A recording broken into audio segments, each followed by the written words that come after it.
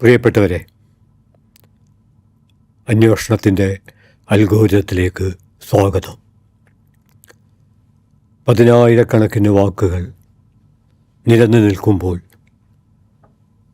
ആ ഓരോ വാക്കിനും അർത്ഥങ്ങളുണ്ടാകുമ്പോൾ അതിൽ ചില വാക്കുകൾ മിന്നിത്തിളങ്ങും. സ്വയം മിന്നിത്തിളങ്ങുക മാത്രമല്ല, മറ്റെല്ലാ വാക്കുകളെയും അത് തിളക്കും. അങ്ങനെ സ്വയം പ്രകാശിക്കുകയും മറ്റു വാക്കുകളെ പ്രകാശിപ്പിക്കുകയും ചെയ്യുന്ന ഭാഷയിലെ അപൂർവം പദങ്ങളിൽ പോരാ, അപൂർവങ്ങളിൽ അപൂർവമായ പദങ്ങളിൽ ഒന്നാണ് സ്വാതന്ത്ര്യം. മനസ്സിലേക്ക് ആഴത്തിലെടുത്ത് ആ വാക്കുച്ചരിക്കുമ്പോൾ തന്നെ നമുക്കനുഭവപ്പെടുന്ന ഒരു നിറവും നിർവൃതിയും എല്ലാ തരത്തിലുള്ള നിർവചനങ്ങൾക്കും അപ്പുറമാണ്. കാരണം നേരത്തെ നാം പതിനായിരക്കണക്കിന് വാക്കുകളിൽ ചില വാക്കുകൾ മിന്നിത്തിളങ്ങും എന്ന് പറയുകയും മറ്റു വാക്കുകൾ അത് തിളക്കുമെന്ന് പറയുകയും ചെയ്തെങ്കിലും സ്വാതന്ത്ര്യം ആവിധം ഉള്ള വെറുമൊരു വാക്കല്ല. അത് വാക്കുകൾക്കും അപ്പുറത്തെ മഹാവാക്യമാണ്. ചെറുതെങ്കിലും ഗംഭീരമായ, സൂക്ഷ്മമെങ്കിലും അഗാധ സൗന്ദര്യമുള്ള, നമ്മുടെ ജീവിതത്തിൻ്റെ ഭൂമിയും ആകാശവുമായി നിലനിൽക്കാൻ എന്തുകൊണ്ടും അർഹമായ, ചരിത്രത്തിലുടനീളം നടന്ന മഹാസമരങ്ങൾക്ക് പ്രചോദനമായി പ്രവർത്തിച്ച ഒരു വലിയ ആശയ പരികൽപ്പനയാണ് സത്യത്തിൽ സ്വാതന്ത്ര്യം. ഏതു വിധത്തിലുള്ള നിർവചനങ്ങൾ നൽകിയാലും ആ നിർവചനങ്ങളൊക്കെയും സ്വാതന്ത്ര്യമെന്ന സ്വയം പ്രകാശിക്കുന്ന സൂര്യന് മുമ്പിൽ നിഷ്പ്രഭമാകും. പ്രശസ്ത യുക്തിചിന്തകനായ ഇംഗർസോളിൻ്റെ ഒരു പ്രയോഗം കടമെടുത്താൽ, സ്വാതന്ത്ര്യം ഈ ഒരു പദമില്ലെങ്കിൽ മറ്റ് പദങ്ങളൊക്കെയും വെറും പാഴ്വാക്കുകളാണ്. ഇത്രയും സ്വാതന്ത്ര്യത്തെക്കുറിച്ച് പറയുന്നത് ഒരുപക്ഷെ എത്ര പറഞ്ഞാലും അധികമാവാത്തത് നമ്മുടെ ജീവിതത്തിന് എന്തില്ലാതാവുന്നുവോ അതോടുകൂടി മനുഷ്യൻ്റെ ജീവിതം ജന്തുതയിലേക്ക് തലകുത്തി വീഴുമെന്ന് നമുക്ക് ഉറപ്പിച്ച് പറയാവുന്നത്. അങ്ങനെയെല്ലാമുള്ള സ്വാതന്ത്ര്യത്തെക്കുറിച്ചുള്ള സംക്ഷിപ്തമായൊരാലോചനയാണ് അന്വേഷണത്തിൻ്റെ ഈ അൽഗോരിതത്തിൽ. പ്രത്യേകിച്ചും നമ്മുടെ രാഷ്ട്രം സ്വാതന്ത്ര്യത്തിൻ്റെ ദീപ്തമായ സ്മരണകളിലൂടെ കടന്നു പോകുന്ന ഈ ഓഗസ്റ്റ് മാസത്തിൽ എല്ലാ മലയാളികൾക്കും, ഇന്ത്യക്കാർക്കും, ഒരുപക്ഷെ ഇന്ത്യക്കാർക്ക് മാത്രമല്ല ലോകത്തിലുള്ള മുഴുവൻ മനുഷ്യർക്കും ഏറ്റവും ആവേശം പകർന്ന ഒരു ദിവസമായിരുന്നു ഓഗസ്റ്റ് 15.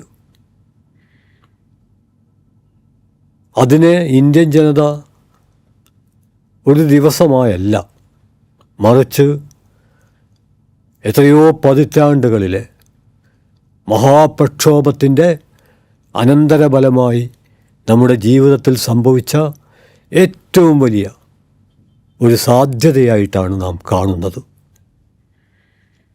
എന്തുകൊണ്ടെന്നാൽ സ്വാതന്ത്ര്യം നഷ്ടപ്പെട്ടാൽ ജീവിതത്തിന് മറ്റെന്ത് സൗകര്യങ്ങളും സാധ്യതകളും ഉണ്ടെങ്കിലും അതൊക്കെ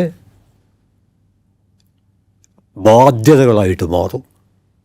എന്നാൽ ജീവിതത്തിന് മേൽ കെട്ടിവെക്കപ്പെട്ട ബാധ്യതകൾ പോലും സ്വാതന്ത്ര്യത്തിൻ്റെ സാന്നിധ്യത്തിൽ ആ വിധം ബാധ്യതകളല്ലാതാവുകയോ ബാധ്യതകളാണെങ്കിൽ തന്നെ ആ ബാധ്യതകളെ അഭിമുഖീകരിക്കാനുള്ള കരുത്ത് ഒരു ജനതയ്ക്ക് പകർന്നു നൽകുകയോ ചെയ്യും. പാരതന്ത്ര്യം മാനികൾക്ക് മൃതിയേക്കാൾ ഭയാനകം എന്ന് പറയുന്നത്, മാനികൾ എന്നുള്ളിടത്ത് മനനം ചെയ്യുന്നവർ, ചിന്തിക്കുന്നവർ, ഹോമോസാപ്പിയൻസ്, മനുഷ്യർ എന്ന അർത്ഥം മതിയാകും എന്ന് ഞാൻ വിചാരിക്കുന്നു. കാരണം മാനം എന്നുള്ളത്, ആത്മാഭിമാനം എന്നുള്ളത് ഒരു ജന്തുവിൽ നിന്ന് നാം ഒരിക്കലും പ്രതീക്ഷിക്കുന്നില്ല. എന്നാൽ ഒരു മനുഷ്യൻ മനുഷ്യനായി തീരുന്ന മുറക്ക് അനിവാര്യമായും ആത്മാഭിമാനം എന്നുള്ളത് വളരെ പ്രധാനപ്പെട്ട ഒന്നാണ്. അതുകൊണ്ടാണ് ഫ്രാൻസിസ് ഫാനൻ പറയുന്നുണ്ട്, വിപ്ലവം എന്ന് പറയുന്നത് അപ്പത്തിന് വേണ്ടി മാത്രമുള്ള സമരമല്ല, അത് ആത്മാഭിമാനത്തിന് വേണ്ടി കൂടിയുള്ള സമരമാണ്. ആത്മാഭിമാനത്തിൽ അപ്പവും ഉൾപ്പെടും. കുറച്ചുകൂടി കൃത്യമായി പറഞ്ഞാൽ വെറും അപ്പമല്ല സ്വാതന്ത്ര്യം, ആത്മാഭിമാനമുള്ള അപ്പമാണ്. വെറും തൊഴിലല്ല സ്വാതന്ത്ര്യം, ആത്മാഭിമാനമുള്ള തൊഴിലാണ്. മലയാളത്തിൻ്റെ പ്രിയ കവി ഇടശ്ശേരി അദ്ദേഹത്തിൻ്റെ ഒരു കവിതയിൽ പറയുന്നുണ്ട്, മുതലാളി കാരുണ്യം വെച്ച് നീട്ടി, തൊഴിലാളി നീതിക്കായ അംഗം വെട്ടി. മുതലാളി വെച്ച് നീട്ടുന്ന കാരുണ്യമല്ല, മറിച്ച് നീതിയാണ്. അതുകൊണ്ട് സ്വാതന്ത്ര്യത്തെക്കുറിച്ചുള്ള ഏത് അന്വേഷണത്തിലും നീതി എന്നുള്ളത് വളരെ പ്രധാനപ്പെട്ടതാണ്. എവിടെ നീതി നിഷേധിക്കപ്പെടുന്നുവോ അവിടെയൊക്കെ സ്വാതന്ത്ര്യവും നിഷേധിക്കപ്പെടുകയാണ് എന്ന് മനസ്സിലാക്കാൻ ഒരു പ്രയാസവുമില്ല. അതുകൊണ്ട് ഇന്ത്യൻ സ്വാതന്ത്ര്യ സമരത്തെക്കുറിച്ച് ആലോചിച്ചാൽ, അല്ലെങ്കിൽ ലോകത്തിലെ ഏത് സ്വാതന്ത്ര്യ സമരത്തെക്കുറിച്ച് ആലോചിച്ചാലും നമുക്ക് ഉറപ്പിച്ച് പറയാൻ പറ്റും, അവിടെയൊക്കെ സ്വാതന്ത്ര്യം എന്ന് പറയുന്നത് നമ്മുടെ പതിവ് പ്രയോഗങ്ങളിൽ തന്നെ നിരവധി പരിമിതികളുണ്ട്. നമ്മൾ ബ്രിട്ടീഷുകാർ സ്വാതന്ത്ര്യം തന്നു, അല്ലെങ്കിൽ സ്വാതന്ത്ര്യം കിട്ടി എന്നൊക്കെ പറയുമ്പോൾ ആരെങ്കിലും പെട്ടിയിൽ അടച്ചു പൂട്ടി വച്ചൊരു വസ്തുവിൻ്റെ പേരല്ല. ആ പെട്ടി കുത്തി തുറന്ന് പുറത്തെടുക്കാൻ കഴിയുന്ന ഒരു ഉൽപ്പന്നമല്ല. ആർക്കെങ്കിലും കൊടുക്കാനോ മറ്റു വാങ്ങാനോ കഴിയുന്ന ഒന്നല്ല. സ്വാതന്ത്ര്യം എന്ന് പറയുന്നത് ഒരു വലിയ പ്രക്രിയയാണ് സത്യത്തിൽ. മറ്റൊരർത്ഥത്തിൽ പറഞ്ഞാൽ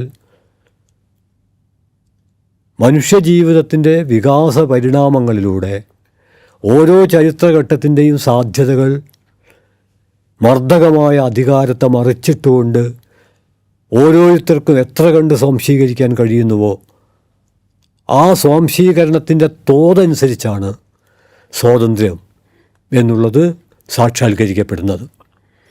അതുകൊണ്ട് സൗകര്യത്തിന് വേണ്ടി സ്വാതന്ത്ര്യം കിട്ടി, സ്വാതന്ത്ര്യം പോയി എന്നൊക്കെ നമ്മൾ പറയുമെങ്കിലും നമുക്കറിയാം സ്വാതന്ത്ര്യം എന്ന് പറയുന്നത് നമ്മുടെ ജീവിതത്തിൻ്റെ അനിവാര്യ ഭാഗമാണ്. അതൊരു വസ്തുവല്ല, അതൊരു ഉരുപ്പടിയല്ല, അത് പണി പൂർത്തിയായ ഒരു അവസ്ഥയുമല്ല, മറിച്ച് നിരന്തരം പണി നടന്നുകൊണ്ടിരിക്കുന്ന ആ പ്രക്രിയയിൽ ആത്മബോധമുള്ള മുഴുവൻ മനുഷ്യർക്കും പങ്കെടുക്കാവുന്ന, ആത്മബോധമില്ലാത്ത മനുഷ്യർ ആ പ്രക്രിയയിൽ നിന്ന് പുറന്തള്ളപ്പെട്ടു പോകാൻ സാധ്യതയുള്ള, ആ പ്രക്രിയയിൽ പങ്കെടുക്കുമ്പോൾ തന്നെ നമ്മൾ അനുഭവിക്കുന്ന ആഹ്ലാദത്തിൻ്റെയും അഭിമാനത്തിൻ്റെയും ആകത്തുക എന്ന അർത്ഥത്തിലാണ്. ഇന്ത്യക്കാരെ സംബന്ധിച്ചിടത്തോളം നമ്മുടെ സ്വാതന്ത്ര്യ സമരത്തിൻ്റെ, നമുക്കറിയാം അത് കേവലമായ ഒരു ബ്രിട്ടീഷ് വിരുദ്ധ സമരം മാത്രമായിരുന്നില്ല. ബ്രിട്ടീഷ് സാമ്രാജ്യത്വ മേൽക്കോയ്മക്കെതിരെയുള്ള വലിയ രാഷ്ട്രീയ പ്രക്ഷോഭങ്ങൾക്കൊപ്പം തന്നെ ആ രാഷ്ട്രീയ പ്രക്ഷോഭങ്ങൾക്ക് ഊർജം പകരുന്ന തരത്തിൽ സാംസ്കാരിക രംഗത്ത് മറ്റ് നിരവധി സമരങ്ങൾ നടന്നിട്ടുണ്ട്. ഭക്തി പ്രസ്ഥാനത്തിൻ്റെയും അതോടൊപ്പം തന്നെ നവോത്ഥാന പ്രസ്ഥാനത്തിൻ്റെയും കലാസാഹിത്യ പ്രസ്ഥാനങ്ങളുടെയും ഒക്കെ ഭാഗമായി നടന്ന വലിയ ആശയ സമരങ്ങൾ. ഒരു കാര്യം ഉറപ്പാണ്, സ്വാതന്ത്ര്യം എത്ര തന്നെ അടിച്ചമർത്തപ്പെട്ടാലും അടിച്ചമർത്തപ്പെട്ടതിൻ്റെ ചരിത്രമാണ് ലോകത്തെ മുഴുവൻ അധിനിവേശ വിരുദ്ധ സമരങ്ങളുടെയും അടിത്തറ. പക്ഷേ എത്ര അടിച്ചമർത്തിയിട്ടും അടിച്ചമർത്തിയ നാടുവാഴികളെയും രാജാക്കന്മാരെയും സാമ്രാജ്യത്താധിപന്മാരെയും അവരുടെ നിദ്രകളിൽ പോലും ഒരു പേക്കിനാവ് പോലെ പിന്തുടർന്ന് അവരെ പേടിപ്പിച്ച, അവരെ നടുക്കം കൊള്ളിച്ച ഒരാശയ പരികൽപ്പനയായി സ്വാതന്ത്ര്യം ചരിത്രത്തിൽ തിളങ്ങി നിന്നിട്ടുണ്ട്. ഒരു രാജാവിനും അതിനെ പൂർണ്ണമായും കാരാഗ്രഹത്തിൻ്റെ ഇരുട്ടിലിട്ട് ചങ്ങലക്കിട്ട് ഇല്ലാതാക്കാൻ കഴിഞ്ഞിട്ടില്ല. അവരാഗ്രഹിച്ചിട്ടുണ്ട്. ലൂയി 14 കുപ്രസിദ്ധമായ പ്രയോഗം ഇന്നത്തെ ഇന്ത്യൻ പശ്ചാത്തലത്തിൽ നമുക്ക് ഓർമ്മിച്ചെടുക്കാവുന്നതാണ്. I am the state after me deluge. ഞാനാണ് രാഷ്ട്രം, എനിക്ക് ശേഷം പ്രളയം. ഇങ്ങനെ എത്രയെത്രയോ അധികാരികൾ അലറിയിട്ടുണ്ട്, ആക്രോശിച്ചിട്ടുണ്ട്, അട്ടഹസിച്ചിട്ടുണ്ട്. പക്ഷേ അവരൊക്കെ ഉള്ളിൻ്റെ ഉള്ളിൽ പേടിച്ചത് സ്വാതന്ത്ര്യം എന്ന ഏറ്റവും സമരോത്സുകമായ, തുടക്കത്തിൽ ഞാൻ പറഞ്ഞു, നിരവധി വാക്കുകളിലൊന്ന് എന്ന് തോന്നാവുന്ന, എന്നാൽ വാക്കല്ല, ഒരു മഹാവാക്യം, സ്വയം പ്രകാശിക്കുകയും മറ്റുള്ള എല്ലാറ്റിനെയും പ്രകാശിപ്പിക്കുകയും ചെയ്യുന്ന ഒരു വലിയ പരികൽപ്പന. അത് ഓരോ ചരിത്രഘട്ടത്തിലും നവീകരിക്കപ്പെട്ടുകൊണ്ടിരിക്കുന്ന, വളർന്നുകൊണ്ടിരിക്കുന്ന ഒന്നാണ്. നമുക്ക് ഇന്ത്യൻ അവസ്ഥയിലേക്ക് തിരിച്ചു വന്നാൽ, നേരത്തെ ചൂണ്ടിക്കാണിച്ചു സാംസ്കാരികമായ നമ്മുടെ പ്രബുദ്ധത. ആ പ്രബുദ്ധതയെ ഒരു വലിയ രാഷ്ട്രീയ ഔന്നത്യത്തിലേക്ക് പരിഭാഷപ്പെടുത്താൻ, വിവർത്തനം ചെയ്യാൻ, ആ വിവർത്തനം ചെയ്യുന്ന പ്രവർത്തനത്തിൽ നമ്മൾ വിജയിച്ചു എന്നുള്ളത്, ആ വിജയത്തിൻ്റെ കഥയാണ് ഇന്ത്യൻ സ്വാതന്ത്ര്യ സമര ചരിത്രം. അതിലാരൊക്കെ പങ്കെടുത്തു, ആരൊക്കെ പങ്കെടുത്തിട്ടില്ല എന്നുള്ളത് പകൽ പോലെ വ്യക്തമാണ്. പ്രത്യേകിച്ച് ഒരു ഗവേഷണവും നടത്താതെ തന്നെ നമ്മുടെ സ്വാതന്ത്ര്യ സമര ചരിത്രത്തിൻ്റെ രക്തം കലർന്ന താളുകൾ മറിക്കുമ്പോൾ ആ സ്വാതന്ത്ര്യ സമരത്തെ പരിഹസിച്ച് ഇന്ത്യൻ യുവാക്കളുടെ ഊർജം, നമ്മുടെ ഊർജം സ്വാതന്ത്ര്യ സമരത്തിന് സമർപ്പിച്ച് പാഴാക്കാനുള്ളതല്ല എന്ന കാഴ്ചപ്പാട് മുന്നോട്ട് വച്ച ഇന്ത്യയിലെ നവഫാസിസ്റ്റുകൾ സ്വാതന്ത്ര്യത്തെ സംബന്ധിച്ചിടത്തോളം മാത്രമല്ല, എല്ലാ ജനകീയ പരികൽപ്പനകളെ സംബന്ധിച്ചിടത്തോളവും അവർ പ്രചോദനം കൊണ്ടത് ഇന്ത്യയിൽ നിന്നല്ല, മറിച്ച് ക്ലാസിക്കൽ ഫാസിസത്തിൻ്റെ ഏറ്റവും ഭീകര കേന്ദ്രങ്ങളായ ജർമ്മനിയിൽ നിന്നും ഇറ്റലിയിൽ നിന്നുമാണ്. ജർമ്മനിയിലാണ് നമുക്കെല്ലാവർക്കും അറിയാം ഏറ്റവും പ്രബുദ്ധമായ നവോത്ഥാന പശ്ചാത്തലമുള്ള, തൊഴിലാളി സമരങ്ങളുടെ പശ്ചാത്തലമുള്ള ഒരു പ്രബുദ്ധ ജനത തന്നെയാണ് ജർമ്മനിയിൽ ഉണ്ടായത്. പക്ഷേ 30കളാകുമ്പോഴേക്കും അവിടുത്തെ യുവജനത, അതും നമ്മൾ അടിവര ഇടേണ്ടത് ബെർലിൻ പോലുള്ള സർവകലാശാലകളിലെ പ്രബുദ്ധരായ വിദ്യാർത്ഥികൾ, ആ വിദ്യാർത്ഥികളിൽ ഒരു വിഭാഗത്തെ കൊണ്ട് ഞങ്ങൾ സ്വാതന്ത്ര്യത്തിൻ്റെ മുഖത്ത് തുപ്പുന്നു, വി സ്പിറ്റ് ഓൺ ഫ്രീഡം. അതേപോലെ തന്നെ സ്വാതന്ത്ര്യമെന്ന വിചാരധീരതയുടെ നേരത്തെ പരാമർശിച്ച മഹാവാക്യത്തെ അതിവൈകാരികതയിലേക്ക്, തിങ്ക് വിത്ത് യുവർ ബ്ലഡ്, രക്തം കൊണ്ട് ചിന്തിക്കുക. തങ്ങളുടെ കൂടെ പഠിക്കുന്ന ജൂത വിദ്യാർത്ഥികളെ പുറന്തള്ളാൻ അതേ വിദ്യാലയത്തിൽ പഠിക്കുന്ന മറ്റു വിദ്യാർത്ഥികളെ സജ്ജരാക്കുന്ന അപകടകരമായൊരു പ്രത്യയശാസ്ത്രം. ഞാൻ സൂചിപ്പിക്കാൻ ശ്രമിക്കുന്നത്, ഇന്ത്യൻ സ്വാതന്ത്ര്യ സമര ചരിത്രത്തിൽ ഒരു ഘട്ടത്തിലും ഒരു പങ്കും വഹിച്ചിട്ടില്ലാത്ത ഇന്ത്യൻ ഫാസിസ്റ്റുകൾ സ്വയം സ്വാതന്ത്ര്യത്തിൻ്റെ ചാമ്പ്യന്മാരായി തങ്ങളെ തന്നെ അടയാളപ്പെടുത്തുകയും അത് ആഘോഷിക്കുകയും ചെയ്യുന്ന ഒരു സന്ദർഭത്തിലാണ് ഈ പ്രാവശ്യത്തെ ഓഗസ്റ്റ് 15 ഒരു അസ്വസ്ഥതയോടെ കടന്നുപോയത്. അസ്വസ്ഥത എന്ന വാക്ക് ഞാൻ ഉപയോഗിക്കാൻ കാരണം, ആഗസ്റ്റ് 14 ഭീതി ദിനമായിട്ട്, അതായത് ഇന്ത്യ പാക് വിഭജനത്തിൻ്റെ വേദനാജനകമായ അവസ്ഥ, ആ അവസ്ഥ ഓർമ്മിക്കപ്പെടണമെന്ന് പറയുമ്പോൾ പെട്ടെന്ന് ആരും ചോദിക്കും, അത് ഓർമ്മിക്കുന്നതിൽ എന്താണ് അപാകത? അത് ശരിയായി ഓർമ്മിക്കുകയാണെങ്കിൽ അതിലൊരു അപാകതയുമില്ല. പക്ഷേ നമുക്കറിയാം, ഇന്ത്യൻ ഫാസിസ്റ്റുകളെ സംബന്ധിച്ചിടത്തോളം അതിൻ്റെ ശരിയായ സ്മരണയല്ല, മറിച്ച് വികലമായ ജനങ്ങളിൽ ഭിന്നിപ്പുണ്ടാക്കാൻ ഉള്ള ശ്രമമാണ്. ബ്രിട്ടീഷുകാർ ദീർഘകാലം ഇന്ത്യൻ സമൂഹത്തെ അടക്കി ഭരിച്ചത് പാഠപുസ്തകങ്ങളൊക്കെ ആവർത്തിച്ച് പറഞ്ഞാൽ എല്ലാവർക്കും അതിപരിചയം കൊണ്ട് ഒരുപക്ഷെ വിരസം പോലും ആയേക്കാവുന്ന ഭിന്നിപ്പിച്ച് ഭരിക്കുന്ന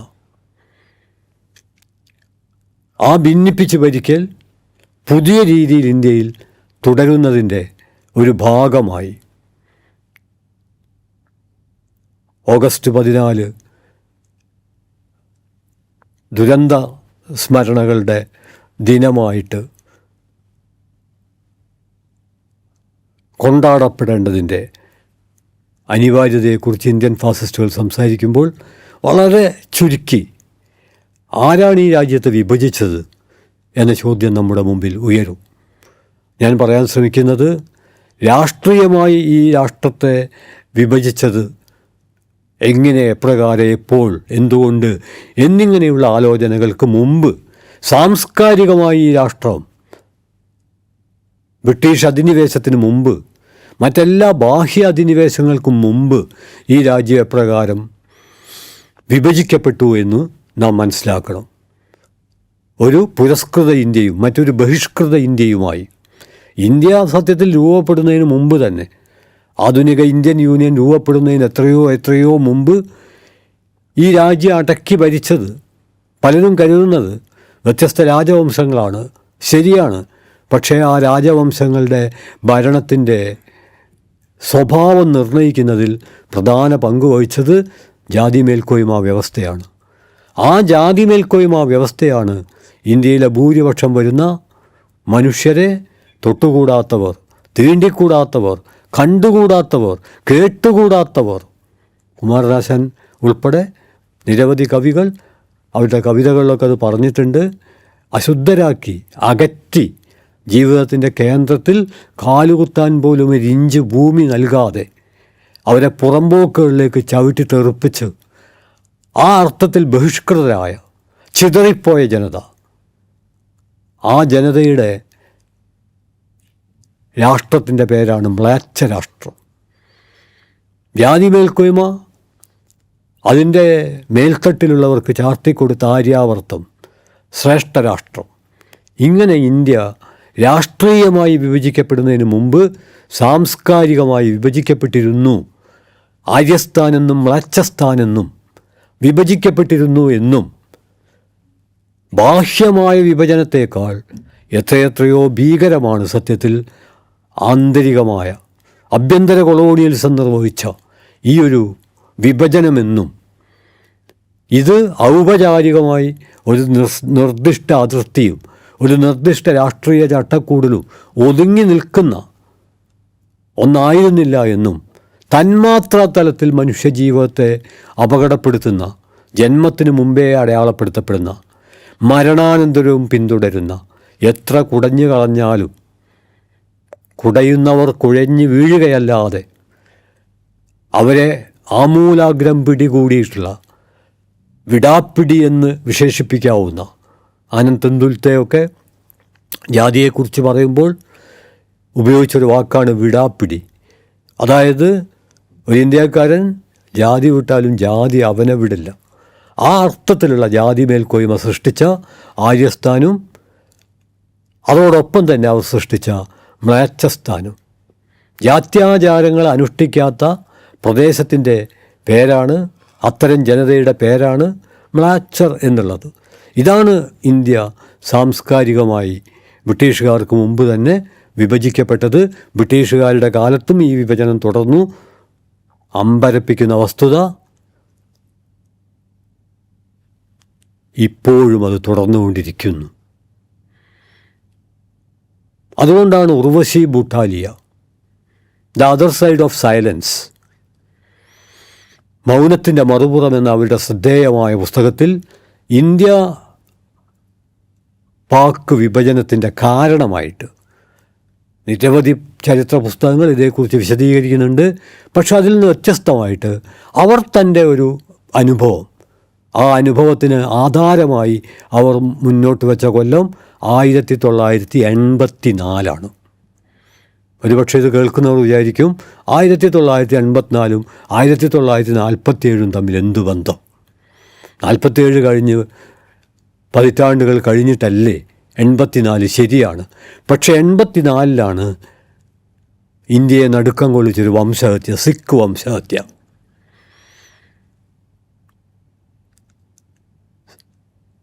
ഇന്ദിരാഗാന്ധിയെ വധിച്ചത് ആരാണ് എന്ന് ചോദിക്കുമ്പോൾ നമ്മുടെ സാമാന്യബോധം നൽകുന്ന പെട്ടെന്നുള്ള ഉത്തരം സിഖുകാർ എന്നാണ്.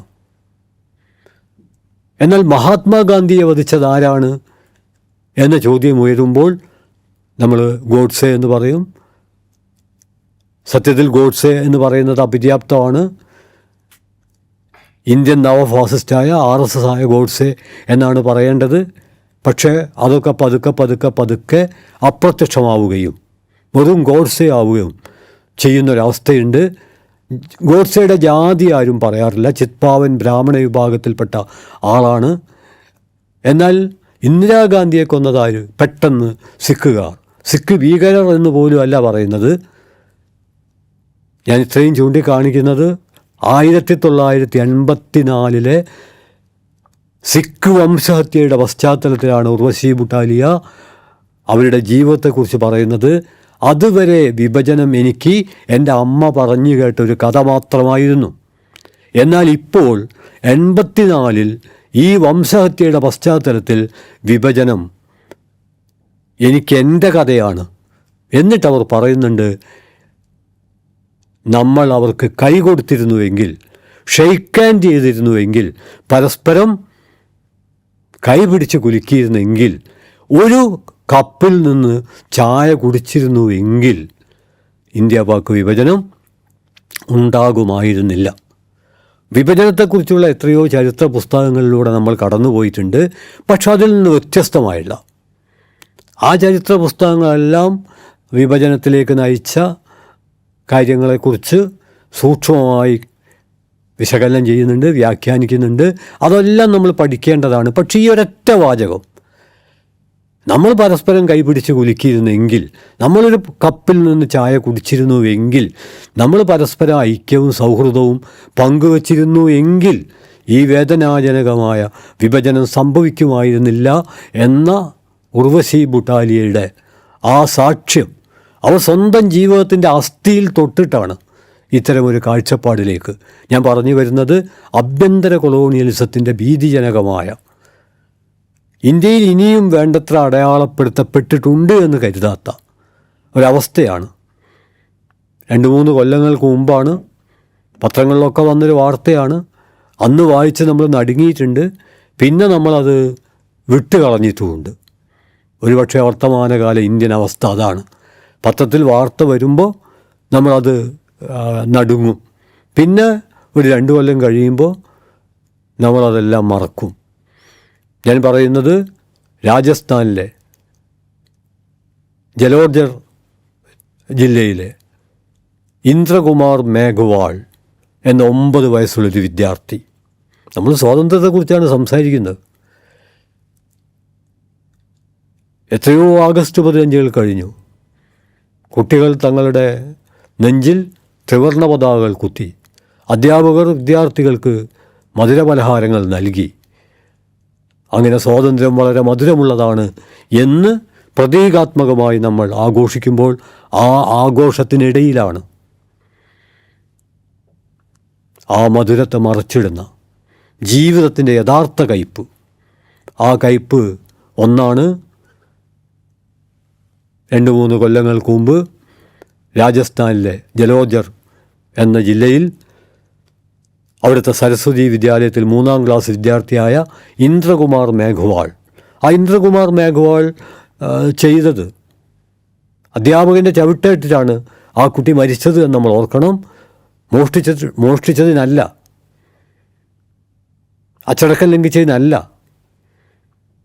ദാഹിച്ച് കുടിവെള്ളം കുടിച്ചതിന്, വെള്ളം കുടിച്ചതിന് പഠിപ്പിക്കുന്ന അധ്യാപകനാൽ ചവിട്ടേറ്റ് ഒരു വിദ്യാർത്ഥി കൊല്ലപ്പെടുമ്പോൾ നമ്മൾ ആഴത്തിൽ നമ്മുടെ സ്വാതന്ത്ര്യത്തെക്കുറിച്ച് ആലോചിക്കേണ്ടതുണ്ട്.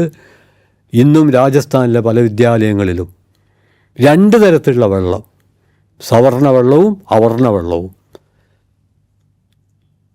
ആ കുട്ടി ചെയ്ത, ഇന്ദ്രകുമാർ മേഘ്വാൾ ചെയ്ത കുറ്റമായി പരിഗണിക്കപ്പെടുന്നത് അതൊരു കുറ്റമേ അല്ല. പക്ഷേ ആഭ്യന്തര കൊളോണിയലിസത്തിൻ്റെ നിഘണ്ടുവിൽ അതൊരു മഹാപാതകമാണ്.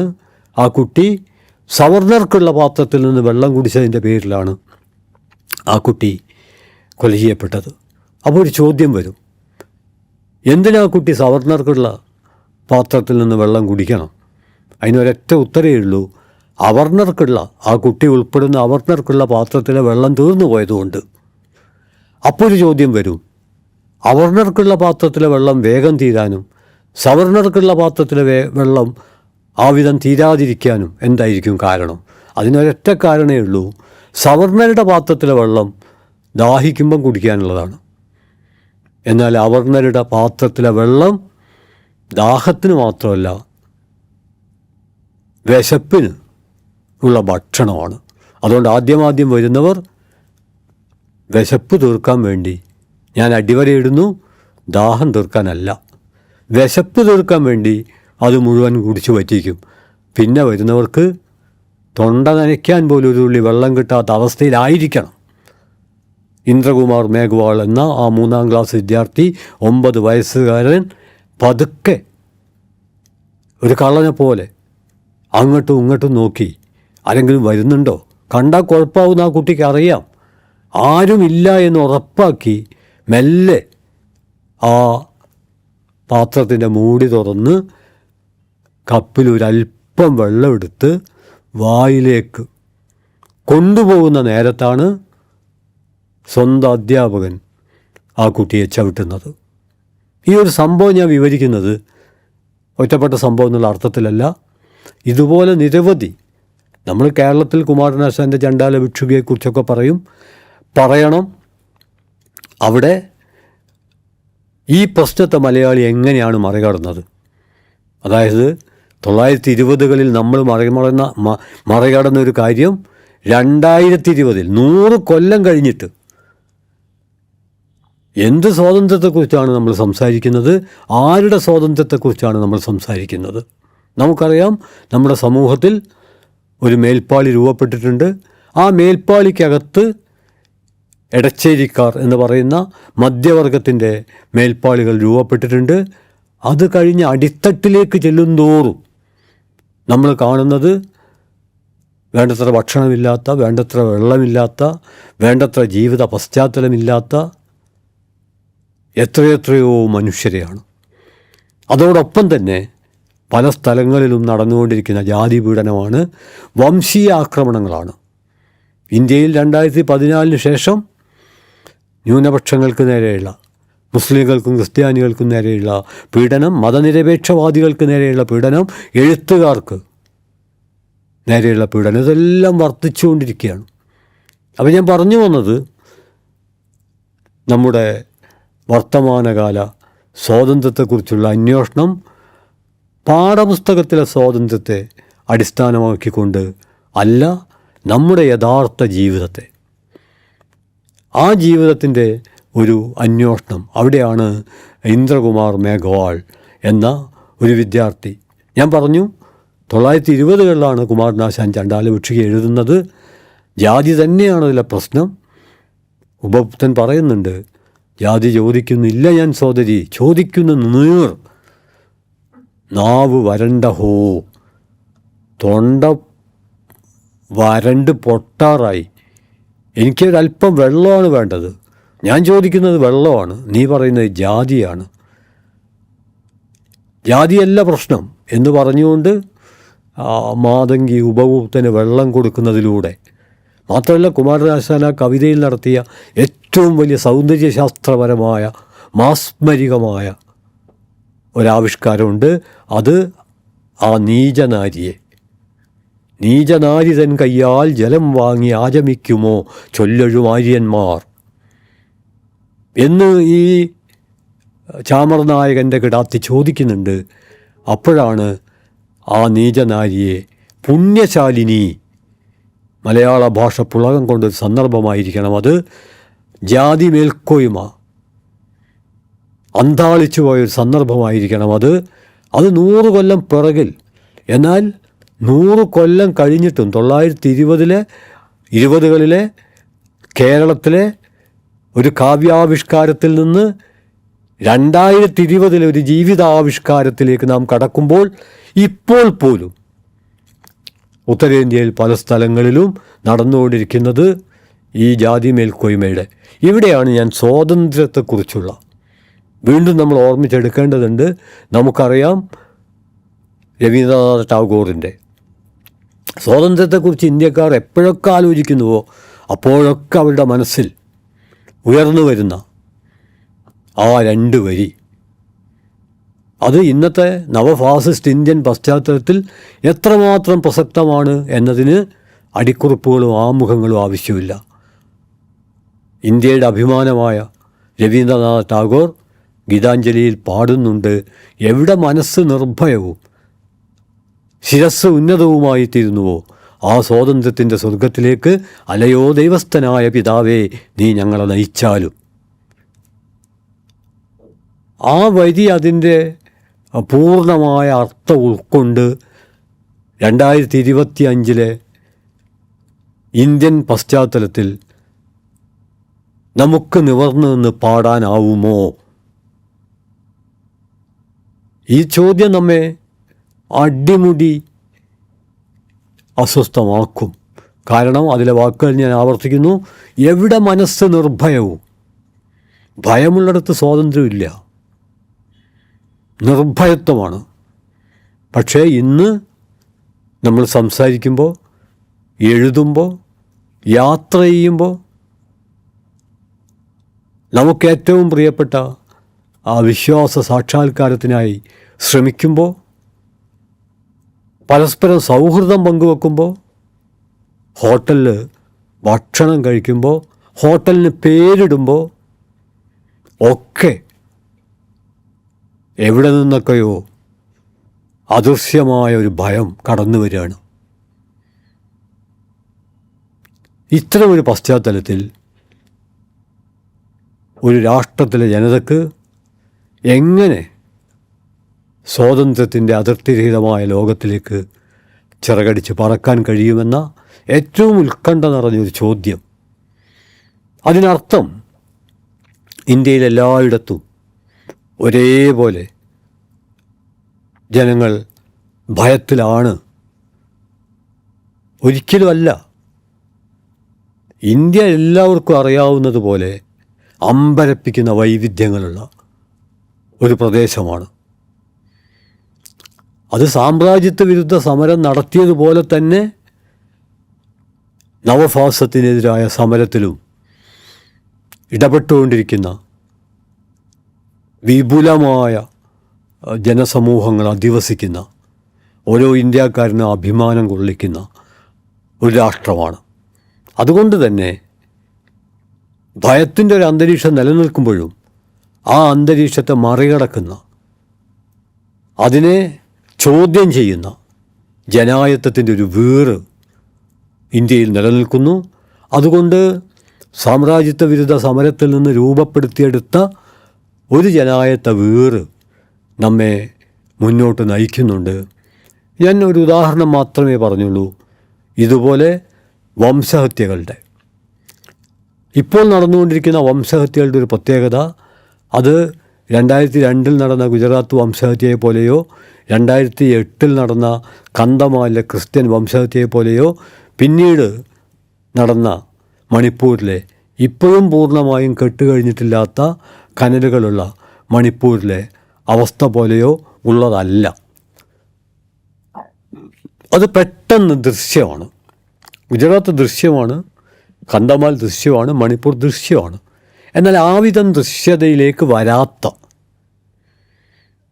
വളരെ ചെറിയ ഒറ്റപ്പെട്ട, എന്നാൽ ഈ ഒറ്റപ്പെട്ട ആൾക്കൂട്ട കൊലകളെയെല്ലാം കണ്ണി ചേർക്കുന്ന വിധ്വംസകമായ ഒരു നവഫാസിസ്റ്റ് പ്രത്യയശാസ്ത്രം അതിനൂർജം പകർന്നുകൊണ്ട് അടിത്തട്ടിൽ പ്രവർത്തിക്കുന്നുണ്ട് എന്ന് അടയാളപ്പെടുത്തുമ്പോഴാണ് ഇതും വംശഹത്യയുടെ വകുപ്പിൽ തന്നെയാണ് പെടുക.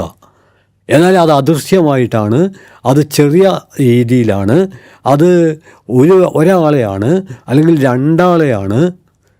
അങ്ങനെയുള്ള ആയിരക്കണക്കിന് മുറിവുകൾ നടന്നുകൊണ്ടിരിക്കുന്നു. അവിടെ നിൽക്കുന്നില്ല. നമ്മുടെ ഭരണകൂടത്തിൻ്റെ ഉപകരണങ്ങൾ നമുക്കറിയാം. രാഷ്ട്രം ഭരിക്കുന്ന സർക്കാർ ജനതയുടെ നീതി നിഷേധിക്കുമ്പോൾ ആ നീതിക്ക് വേണ്ടി ജനത നടത്തുന്ന നിരന്തരമായ സമരത്തിനൊപ്പം നിൽക്കേണ്ട മാധ്യമങ്ങൾ, അതോടൊപ്പം ജുഡീഷ്യറി, എക്സിക്യൂട്ടീവ് ഉൾപ്പെടെ ഭരണത്തിൻ്റെ നിരവധിയായ സംവിധാനങ്ങൾ, അതെല്ലാം പൂർണ്ണമായിട്ടല്ലെങ്കിലും ഭാഗികമായി ജനപക്ഷത്ത് നിൽക്കുന്നതിന് പകരം ഒന്നുകിൽ മൂലധന പക്ഷത്ത് അല്ലെങ്കിൽ ജാതി മേൽക്കോയ്മയുടെ പക്ഷത്ത് നിൽക്കുന്നതാണ് നാം ഇപ്പോൾ കണ്ടുകൊണ്ടിരിക്കുന്നത്. അന്വേഷണത്തിൻ്റെ അൽഗോരിതത്തിലെ ഈ ഒരു സംക്ഷിപ്തമായ വിവരണം അവസാനിപ്പിക്കുമ്പോൾ ഉപേന്ദ്ര ബക്ഷിയുടെ പ്രശസ്ത നിയമജ്ഞനായ ലീഗൽ എക്സ്പേർട്ട് അദ്ദേഹം ആലങ്കാരികമായിട്ട് 7 തരം ഭരണഘടനയെക്കുറിച്ച് പറയുന്നുണ്ട്. നാം ഭരണഘടനയെ സംരക്ഷിച്ചാൽ ഭരണഘടന നമ്മളെയും സംരക്ഷിക്കും എന്ന് സാധാരണ പറയാറുണ്ട്. ഇന്ത്യൻ ഭരണഘടന അത് വളരെ വിശദമായൊരു പഠനത്തിന് തയ്യാറാക്കേണ്ട ഒന്നാണ്. അതിൻ്റെ ആമുഖം മാത്രം മതി. ആ ആമുഖത്തിൽ അവതരിപ്പിക്കുന്ന ആശയങ്ങൾ നമ്മളീ പറഞ്ഞ അധിനിവേശത്തിന്, ബാഹ്യവും ആഭ്യന്തരവുമായ അധിനിവേശത്തിൻ്റെ എല്ലാ തരത്തിലുള്ള ആധിപത്യ പ്രവണതകളെയും ചെറുത്തു തോൽപ്പിക്കാൻ നൈയാമികമായി നിയമതലത്തിൽ ഇന്ത്യക്കാർക്ക് ഉറപ്പ് നൽകുന്ന ഒന്നാണ് ഇന്ത്യൻ ഭരണഘടന. ആ ഭരണഘടനയെ ഉപേന്ദ്ര ബക്ഷി 7 ഭാഗമായിട്ട് ആലങ്കാരികമായിട്ട് പറയുന്നുണ്ട്. അതിലൊന്ന് സാമ്രാജ്യത്വ വിരുദ്ധ സമരത്തിൻ്റെ പശ്ചാത്തലത്തിൽ രൂപപ്പെട്ട ഭരണഘടനയാണ്. അതൊരു വലിയ സ്വപ്നമാണ്. നമുക്കെല്ലാവർക്കും അറിയാവുന്നതുപോലെ ഏറ്റവും ചെറുതെങ്കിലും ഗംഭീരമായ ആ വാക്യം, we the people of India, എന്തൊരു അഭിമാനമാണ്. പ്രജകൾ എന്ന അവസ്ഥയിൽ നിന്ന് പൗരർ എന്ന അവസ്ഥയിലേക്ക് ഒരു രാഷ്ട്രത്തിലെ മനുഷ്യർ സടകുടഞ്ഞെഴുന്നേൽക്കുന്നതിൻ്റെ ആഹ്ലാദമാണ് ആ പ്രയോഗത്തിലുള്ളത്. ജാതി സങ്കുചിത്വത്തിനപ്പുറം, മതസങ്കുചിത്വത്തിനപ്പുറം, ഭാഷാ സങ്കുചിത്വത്തിനപ്പുറം പല ഭാഷകൾ സംസാരിക്കുന്ന, പല മതം വിശ്വസിക്കുന്ന, ഒരു മതത്തിലും വിശ്വസിക്കാത്ത ഞങ്ങളും ഇന്ത്യക്കാർ, ആ അർത്ഥത്തിൽ ഉള്ള ഒരു ഭരണഘടനയെക്കുറിച്ച് അദ്ദേഹം പറയുന്നുണ്ട്. രണ്ടാമത് നമുക്കറിയാവുന്നതുപോലെ ഈ ഭരണഘടന പണ്ഡിറ്റ് ജവഹർലാൽ നെഹ്റുവിൻ്റെ കാലത്ത്, അദ്ദേഹമാണ് ഇന്ത്യയിലെ ആദ്യത്തെ പ്രധാനമന്ത്രി, വികസിച്ചു വന്ന ഒരു ജനകീയ കാഴ്ചപ്പാട്. പിന്നീട് ഇതേ ഭരണഘടന തന്നെ പലതരം രൂപാന്തരങ്ങൾക്ക് വിധേയമായി കടന്നു പോകുന്ന ഓരോ പടവുകളും അദ്ദേഹം അടയാളപ്പെടുത്തുന്നുണ്ട്. അതിൽ കേശവാനന്ദ ഭാരതി കേസുമായി ബന്ധപ്പെട്ട ആ കേസിൻ്റെ ഏറ്റവും വലിയ പ്രത്യേകതയായിട്ട് ഭരണഘടനയുടെ മൗലികമായ തത്വങ്ങൾ മാറ്റാൻ ഒരു കാരണവശാലും ആർക്കും അവകാശമില്ല എന്ന ഭരണഘടനയ്ക്ക് ഉറപ്പ് നൽകുന്ന കേശവാനന്ദ ഭാരതി കേസിൻ്റെ കാലത്തുള്ള ഭരണഘടന. പിന്നെ നമുക്കറിയാം ഇന്ദിരാഗാന്ധി അധികാരത്തിൽ വന്നപ്പോൾ ഉണ്ടായ ബാങ്ക് ദേശവൽക്കരണം ഉൾപ്പെടെയുള്ള പുരോഗമന നടപടികൾക്ക് പ്രചോദനമായ ഭരണഘടന, അതിനെ തന്നെ അട്ടിമറിക്കുന്ന തരത്തിൽ അതേ കാലത്ത് അടിയന്തരാവസ്ഥ കാലത്തെ ഭരണഘടന, അടിയന്തരാവസ്ഥാനന്തര കാലത്തെ ഭരണഘടന, ഇങ്ങനെ ഭരണഘടനയെ പല രീതിയിൽ വിവരിച്ചുകൊണ്ട് അദ്ദേഹം അതിനെ അടയാളപ്പെടുത്തുന്നുണ്ട്. നമുക്കതിനോട് ഒന്നുകൂടി കൂട്ടിച്ചേർക്കാം, മോദി കാലത്തെ ഭരണഘടന. ഭരണഘടന നിലനിർത്തിക്കൊണ്ട്, പാർലമെൻറ്റ് നിലനിർത്തിക്കൊണ്ട്, ജുഡീഷ്യറി നിലനിർത്തിക്കൊണ്ട് അതിൻ്റെ ഉള്ളടക്കം പതുക്കെ ചോർത്തപ്പെട്ടുകൊണ്ടിരിക്കുന്ന ഒരു പശ്ചാത്തലത്തിലൂടെ നാം ഇന്ന് കടന്നു പോകുന്നു എന്നുള്ളത് സത്യത്തിൽ നമ്മുടെ സ്വാതന്ത്ര്യത്തിൻ്റെ വ്യാപ്തി ചുരുക്കി കൊണ്ടുവന്ന് ഇന്ന് എവിടെ എത്തിയിരിക്കുന്നു എന്ന് വളരെ ഗൗരവമായി, പ്രത്യേകിച്ചും മലയാളികളെ സംബന്ധിച്ചിടത്തോളം ഇത്തരമൊരു അന്വേഷണം നമുക്കെല്ലാവർക്കും അറിയാവുന്നതുപോലെ ജനായത്ത മതനിരപേക്ഷ മാനവിക മൂല്യങ്ങൾ വളരെ സജീവമായ നമ്മുടേതുപോലുള്ളൊരു സമൂഹത്തിൽ, പക്ഷേ ഈ സമൂഹത്തിൽ പോലും വ്യത്യസ്ത സാമൂഹ്യ വിഭാഗങ്ങൾക്കിടയിൽ ഭിന്നിപ്പുണ്ടാക്കാൻ, എങ്ങനെ ഒരുമയുണ്ടാക്കും എന്നുള്ളതല്ല, എങ്ങനെ ഭിന്നിപ്പുണ്ടാക്കാം, അങ്ങനെ ഭിന്നിപ്പുണ്ടാക്കുന്ന കേരള സ്റ്റോറി പോലുള്ള, കേരളം പോലുള്ളൊരു പ്രബുദ്ധമായ പ്രദേശത്തെ അവഹേളിക്കുന്ന തരത്തിലുള്ള സിനിമകൾക്ക് വലിയ അംഗീകാരം നൽകിയും, എന്നാൽ കേരളത്തിൻ്റെ പ്രബുദ്ധതയെ ഉയർത്തിപ്പിടിക്കുന്ന എല്ലാ തരത്തിലുള്ള പ്രചാരണങ്ങളെയും പ്രതിരോധിച്ചും ഇന്ത്യയിലെ നവഭാസം മുന്നോട്ട് പോകുന്ന ഒരു പശ്ചാത്തലത്തിലാണ് ഈ പ്രാവശ്യത്തെ സ്വാതന്ത്ര്യദിനം. ഞാൻ ആവർത്തിക്കുന്നു, അതൊരു ദിവസത്തിൽ തുടങ്ങി ഒരു ദിവസത്തിൽ അവസാനിക്കുകയില്ല, അവസാനിക്കാൻ പാടില്ല. അതിൻ്റെ സന്ദേശം, സ്വാതന്ത്ര്യദിനത്തിൻ്റെ സന്ദേശം ഞാൻ അവസാനിപ്പിക്കുമ്പോൾ പേരറിയുന്നവരും പേരറിയാത്തവരുമായ, നമുക്ക് എണ്ണിത്തിട്ടപ്പെടുത്തുക വയ്യാത്ത വ്യത്യസ്ത വഴികളിലൂടെയാണ് ഇന്ത്യൻ സ്വാതന്ത്ര്യ സമരം വികസിച്ചു വന്നത് എന്ന് നമുക്കറിയാം. ആ സമരത്തിൽ പങ്കെടുത്ത് രക്തസാക്ഷികളായവർ എത്ര, അതിൽ ഔദ്യോഗികമായി അടയാളപ്പെടുത്തപ്പെട്ടവരെത്ര, അങ്ങനെ അടയാളപ്പെടുത്തപ്പെട്ടവരിൽ തന്നെ എത്ര പേർ ഇന്ത്യൻ നവഫാസിസ്റ്റുകൾ വെട്ടിമാറ്റി ചരിത്രം തിരുത്തലിൻ്റെ ഭാഗമായി. അങ്ങനെയുള്ള ഈ മഹാസമരത്തിൻ്റെ, അതുപോലെ തന്നെ ജാതി മേൽക്കോയ്മക്കെതിരെ നടന്ന മഹാസമരങ്ങൾ, ഈ സമരങ്ങളുടെ ജ്വലിക്കുന്ന സ്മരണകൾ ഞങ്ങളുടെ കൊക്കിൽ ജീവനുള്ളിടത്തോളം കാലം ഞങ്ങൾ ഉയർത്തിപ്പിടിക്കുമെന്ന പിന്മടക്കമില്ലാത്ത പ്രതിജ്ഞയാണ്. ആ പ്രതിജ്ഞ പുലർത്താൻ വേണ്ടിയുള്ള നിരന്തരമായ സൗഹൃദത്തിനും സ്നേഹത്തിനും സംവാദത്തിനും ഞങ്ങളുടെ ജീവിതം കാവലായിരിക്കും എന്ന നമ്മുടെ സാമൂഹ്യ സാംസ്കാരിക അവസ്ഥയ്ക്ക് കരുത്ത് നൽകുന്ന പ്രഖ്യാപനങ്ങളാണ് നമ്മുടെ സ്വാതന്ത്ര്യ ദിനം ആവശ്യപ്പെടുന്നത്, നമ്മുടെ സ്വാതന്ത്ര്യത്തെക്കുറിച്ചുള്ള അനുസ്മരണം ആവശ്യപ്പെടുന്നത്. ഞാൻ അവസാനിപ്പിക്കുമ്പോൾ ഞാൻ ഓർമ്മിപ്പിക്കുന്നത്, സ്വാതന്ത്ര്യം എന്നുള്ളത് ആരും ആർക്കും ദാനമായി നൽകേണ്ട ഒന്നല്ല, ഒരു തമ്പുരാനും മറ്റുള്ളവർക്ക് തളികയിൽ വെച്ച് തരേണ്ടതല്ല. ഓരോ മനുഷ്യനും ഓരോ ജനതയും അവരുടെ ജീവിതത്തിൽ ജനായത്തപരമായ നിരന്തരമായ ഇടപെടലിലൂടെ എല്ലാ വിഭാഗത്തിൽപ്പെട്ട മനുഷ്യരെയും ചേർത്ത് പിടിച്ചുകൊണ്ട് ഭിന്നിപ്പിൻ്റെ വിഭജനത്തിൻ്റെ എല്ലാ വഴികളും അടച്ചുകൊണ്ട് വിസ്തൃതപ്പെടുന്നതിൻ്റെ പേരാണ് അത്തരമൊരു സ്വാതന്ത്ര്യത്തിലേക്ക്. വീണ്ടും ആവർത്തിക്കുന്നു, എവിടെ മനസ്സ് നിർഭയവും ശിരസ് ഉന്നതവുമായി തീരുന്നുവോ, എവിടെ രാഷ്ട്രങ്ങൾ തുണ്ടം തുണ്ടമായി വെട്ടിമുറിക്കപ്പെടാതിരിക്കുന്നുവോ, എവിടെ മനുഷ്യൻ സങ്കുചിതത്വത്തിനും അല്പത്തരത്തിൻ്റെയും അഴുക്കുചാലിലേക്ക് വലിച്ചെറിയപ്പെടാതിരിക്കുന്നുവോ, ആ സ്വാതന്ത്ര്യത്തിൻ്റെ സ്വർഗത്തിലേക്ക് അല്ലയോ ദൈവസ്ഥനായ പിതാവേ നീ ഞങ്ങളെ നയിച്ചാലും. അഭിവാദ്യങ്ങൾ.